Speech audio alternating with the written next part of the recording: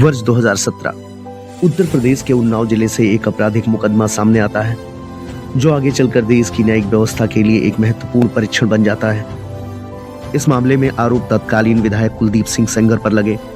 जांच के बाद निष्पक्ष सुनवाई सुनिश्चित करने के उद्देश्य से ये मामला उत्तर प्रदेश से स्थानांतरित होकर दिल्ली की अदालतों में पहुंचा। लंबी सुनवाई के बाद वर्ष 2019 में दिल्ली की ट्रायल कोर्ट ने कुलदीप सिंह सेंगर को रेप के अपराध में दोषी ठहराया। अदालत ने उन्हें मृत्यु पर्यंत आजीवन कारावास की सजा सुनाई, साथ ही आर्थिक दंड भी लगाया। ये सजा भारतीय दंड प्रणाली में सबसे कठोर सजाओं में से गिनी जाती है। दोष सिद्धि के बाद अभियुक्त ने इस निर्णय को उच्च न्यायालय में चुनौती दी। यहाँ से लागू होती है भारतीय नागरिक सुरक्षा संहिता 2023 की धारा 430, जो अपील लंबित रहने की स्थिति में सजा के निलंबन और जमानत से संबंधित कानूनी प्रावधान निर्धारित करता है।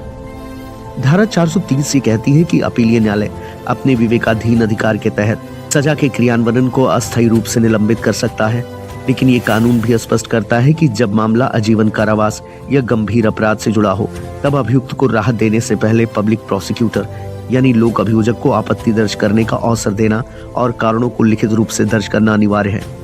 इन्हीं प्रावधानों के अंतर्गत दिल्ली हाई कोर्ट ने कुलदीप सिंह सेंगर की अपील पर विचार करते हुए उन्हें सजा को अस्थायी रूप से निलंबित किया और उन्हें सशर्त जमानत प्रदान की। ये आदेश अपीलीय प्रक्रिया का हिस्सा था, लेकिन इसके बाद मामला एक बार फिर न्यायिक समीक्षा के केंद्र पर आ गया। पीड़िता की ओर से इस आदेश को सुप्रीम कोर्ट में चुनौती दी गई। प्रारंभिक सुनवाई के बाद सर्वोच्च न्यायालय ने दिल्ली हाई कोर्ट के आदेश पर अंतरिम रोक लगा दी। इसका सीधा अर्थ ये हुआ कि हाई कोर्ट के द्वारा दी गई सजा निलंबन और जमानत की राहत फिलहाल प्रभावी नहीं रहेगी। सुप्रीम कोर्ट का ये आदेश किसी अंतरिम निष्कर्ष का संकेत नहीं देता। ये दर्शाता है कि शीर्ष अदालत इस प्रश्न पर विचार करना चाहती है कि धारा 430 BNSS का प्रयोग इस मामले में कानून के अनुरूप और न्याय संगत था या नहीं। इस बीच ये तथ्य भी रिकॉर्ड में आया कि अभियुक्त अन्य मामलों में दी गई सजा के कारण पहले से ही न्यायिक हिरासत में है। राजनीतिक स्तर पर भी इस प्रकरण के प्रभाव पड़े और अभियुक्त की विधायी सदस्यता समाप्त हो गई। आज Unnao rape case supreme court में विचाराधीन है।